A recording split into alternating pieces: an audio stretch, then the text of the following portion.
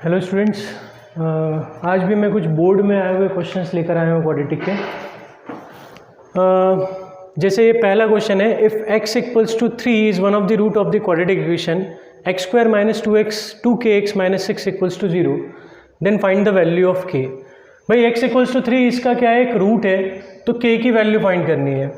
अब हमें पता है कि भाई रूट क्या करता है, क्वाड्रेटिक इक्वेशन को सेटिस्फाई करता है। रूट क्या करता है, क्वाड्रेटिक इक्वेशन को सेटिस्फाई।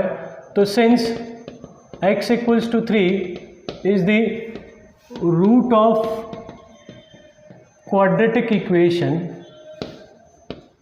देयरफॉर इस 3 को मैं अगर x की जगह पुट करूं तो मुझे क्या मिल जाएगा, 0 मिल जाएगा, क्योंकि ये इसका रूट है। 3 का स्क्वायर 9, 2 3 जा 6k minus 6 equals to 0। 9 minus 6 3 minus 6k is equals to 0।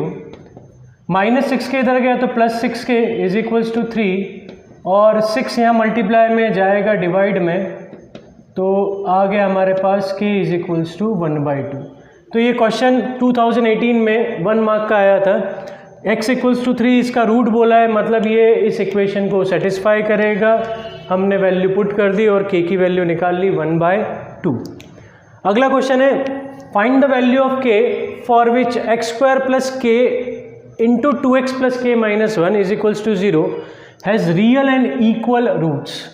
भाई ये 2017 में आया था 1 मार्क में क्वेश्चन।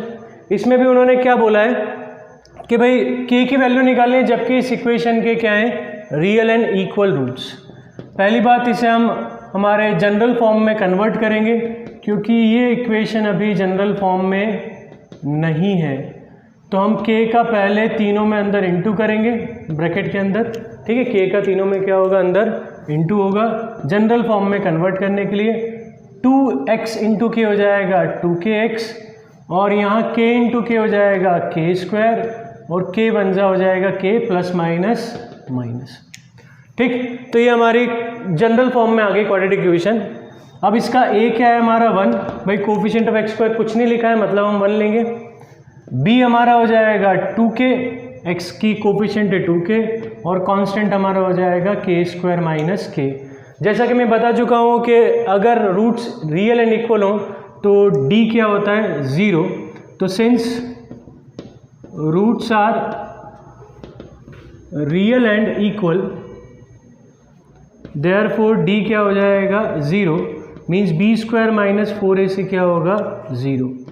b हमारा 2k, उसका स्क्वायर कर दिया हमने, 4 एज इट इज़ रहेगा, a की वैल्यू 1 और c की वैल्यू है k square minus k। 2k का स्क्वायर हो जाएगा 4k स्क्वायर। गलती मत करना, कुछ बच्चे क्या करते हैं, 2 का स्क्वायर 4 कर देते हैं, k का स्क्वायर करना भूल जाते हैं, या k का स्क्वायर कर देते हैं, 2 का स्क्वायर करना भूल जाते हैं। वो प्रॉब्लम क्यों आती है, क्योंकि वो ब्रैकेट यूज़ नहीं करते, वो सीधे ऐसे लिख देते हैं 2k स्क्वायर। अब उनको याद नहीं रहता कि भाई यहाँ 2 का स्क्वायर भी करना है, ये होल स्क्वायर है, और गड़बड़ हो जाती है। तो ब्रैकेट यूज़ करो, मैं पहले भी बोल चुका हूँ, ब्रैकेट का यूज़ करना बहुत ज़रूरी है, नहीं तो गलतियाँ होंगी, ठीक है, पेपर में। 2 का स्क्वायर 4, k का square k square, minus 4 k square minus k is equals to 0। 4 का हम अंदर इंटू करें तो 4k square minus 4k square minus 4 into minus k plus 4k हो जाएगा, ठीक है। 4k स्क्वायर से 4k स्क्वायर गया, यहाँ कर रहा हूँ 4k इज इक्वल्स टू 0, मतलब k की वैल्यू 0,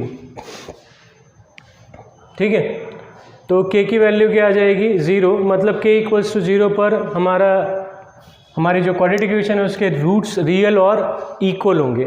एक बार फिर समझ लेते हैं, हमने k का अंदर इंटू किया, k into 2x 2kx, k into k square, और k into minus 1 equals to minus k। Coefficients लिख लिए, a 1 हो गया, b 2k हो गया, और c constant k square minus k।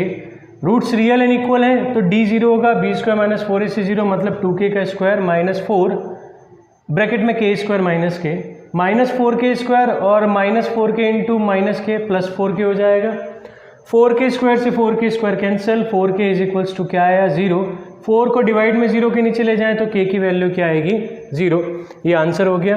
ये भी 2017 में 1 मार्क का क्वेश्चन था। Find the value of p for which one root of the quadratic equation is 6 times the other.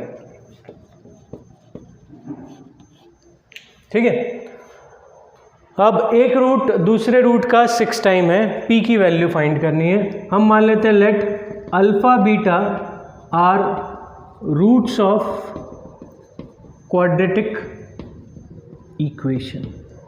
Alpha beta क्या है? क्वाड्रेटिक इक्वेशन के रूट्स हैं। अब उसने क्या बोला है? वन रूट हम अल्फा ले लेते हैं, कोई भी एक रूट ले लो, अल्फा उठाओ या beta. Is means equals to 6 times the other, मतलब 6 बीटा। ठीक है, तो एल अल्फा कितना दिया है? 6 बीटा दिया है। अब एक काम करते हैं, इक्वेशन लिखते हैं, p x square minus 14x plus 8 is equals to 0।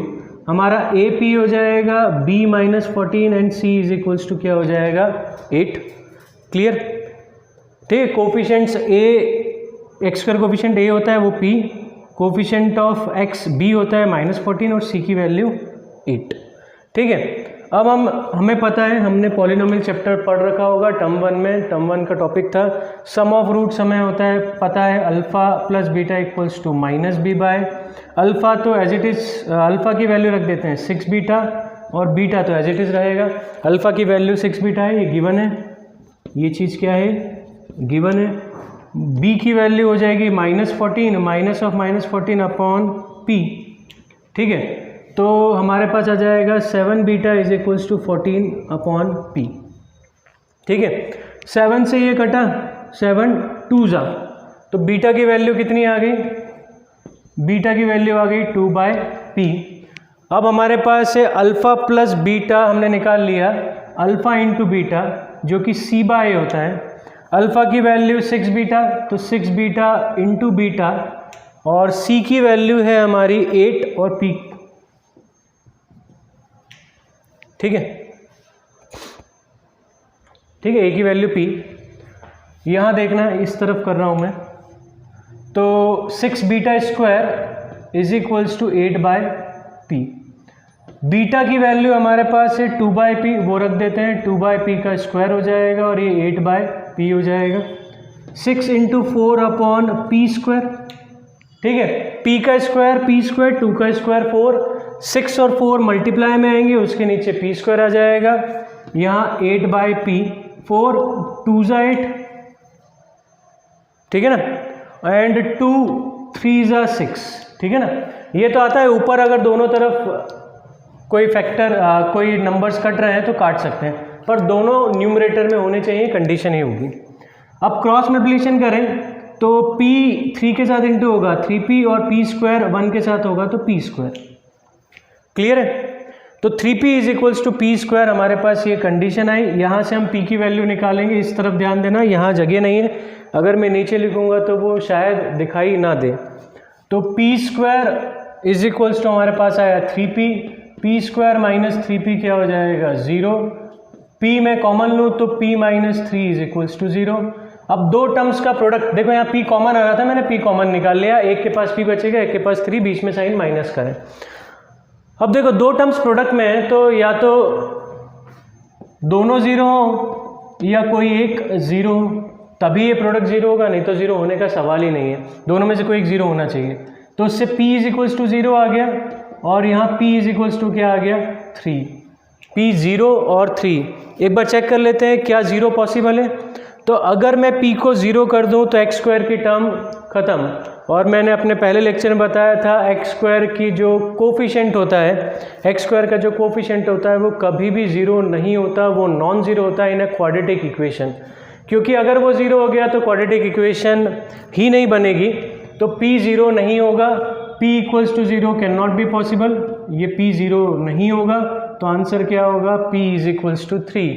बात कर चुके हैं, एक्स स्क्वायर का कोफिशिएंट 0 नहीं होता कभी भी क्वाड्रेटिक इक्वेशन में। अगर p 0 आ रहा है तो वो आंसर करेक्ट नहीं है, क्योंकि उसको रखने पर क्वाड्रेटिक इक्वेशन नहीं बनेगी, वो लीनियर में कन्वर्ट हो जाएगी।